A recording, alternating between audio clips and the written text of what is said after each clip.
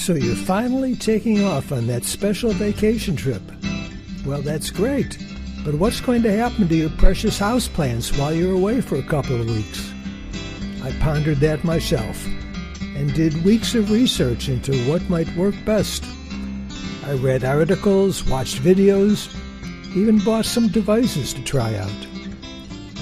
Of course, a powered device like this works great. I have a couple of these. But if you're like me, you have more plants than can be put into the bathtub or a sink to use these. And you need devices that can be put all around the house. There are the classic glass watering globes, but I found that they either poured the water all out at once or the tip got clogged up with soil and nothing came out. Lots of people recommend capillary action devices, and I experimented with setups using thread or string or twine to draw water out. Well, they sort of work some of the time, but then they'd stop working, and they never really moved that much water anyway. I thought something like this might work. A bag with water that runs down the hoses to drip into the soil. But the key here is these little adjustment valves that put more or less pressure on the tubing to adjust the rate of flow. I found it basically impossible to get a good adjustment between what emptied the bag out in an hour or two and what didn't run at all. And if you got a good rate going, it certainly wouldn't hold day after day. I thought maybe a better adjustment valve would do the trick.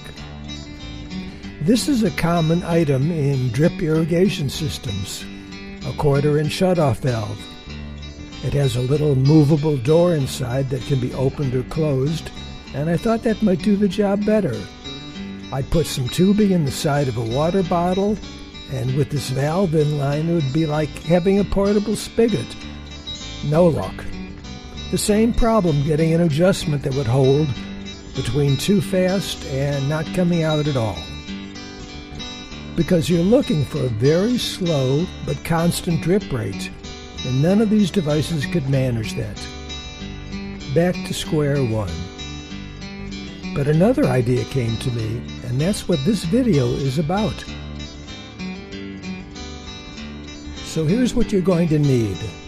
A water bottle, a drill with a 1/4-inch bit, a kitchen sponge, some 1/4-inch tubing that you can get at any hardware store, and a tube of caulk.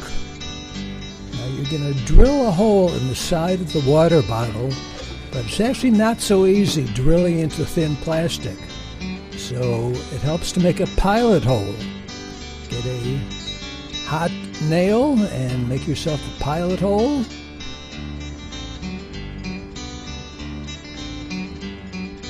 And now you're going to drill a hole in the side of the bottle.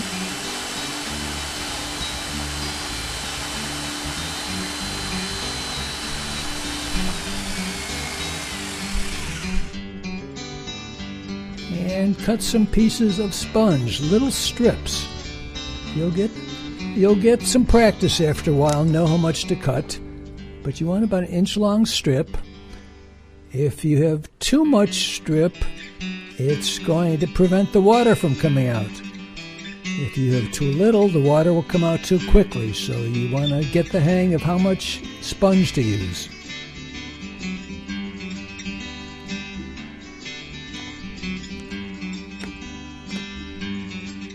And you're going to cut your tubing, maybe 1 inch or 2 inches of tubing.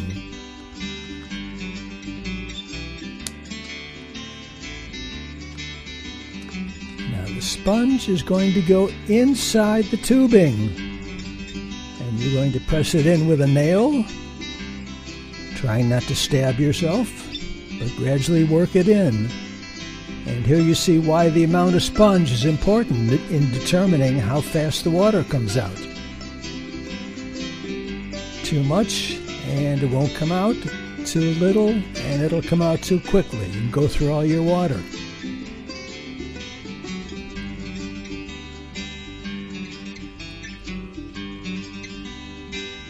And now you take your tubing and put it in the bottle And you want your tubing to either be pointing out straight or pointing down a little bit.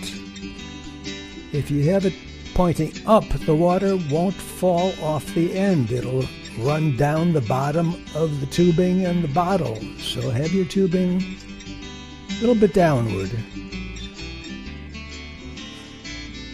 And now you're going to caulk around the tubing so the water doesn't run out around the side of the hole.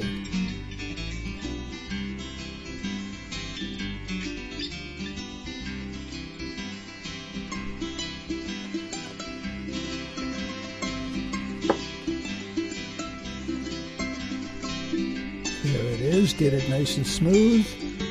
And let it dry overnight so it's firm and dry.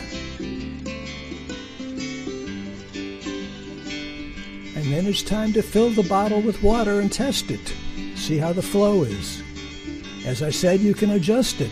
If it's too fast, you can put more a sponge in. If it's too slow, you can pull some out. But you're probably going to wind up breaking the caulk seal, so you got to be careful when you do it. A little air hole in the top so you can get atmospheric pressure. You can even have it pointing down. You can make your tube in the cap.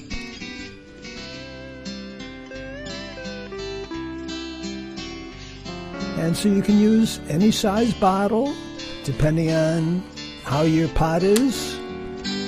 You can even have more than one spout on a bottle if you have a big plant. So I hope these will work for you.